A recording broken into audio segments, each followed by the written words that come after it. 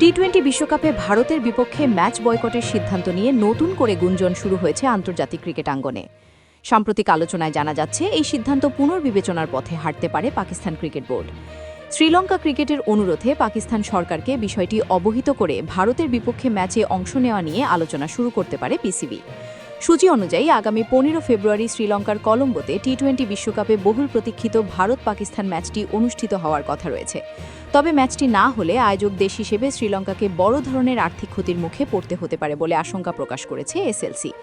ভারতীয় গণমাধ্যম এনডিটিভির প্রতিবেদনে বলা হয়েছে, শ্রীলঙ্কা ক্রিকেট বোর্ড ইমেইলের মাধ্যমে পিসিবিকে সতর্ক করেছে যে ভারত-পাকিস্তান ম্যাচ বাতিল হলে শুধু আর্থিক ক্ষতিই নয়, বরং পুরো টুর্নামেন্টের ভাবমূর্তিও ক্ষতিগ্রস্ত হতে পারে।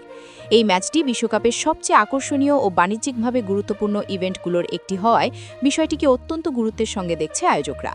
প্রতিবেদনে আরও বলা হয়, শ্রীলঙ্কা ক্রিকেট বোর্ডের সভাপতি শাম্মী সিলভা সরাসরি পিসিবি চেয়ারম্যান মোহসিন নকভির সঙ্গে যোগাযোগ করেছেন।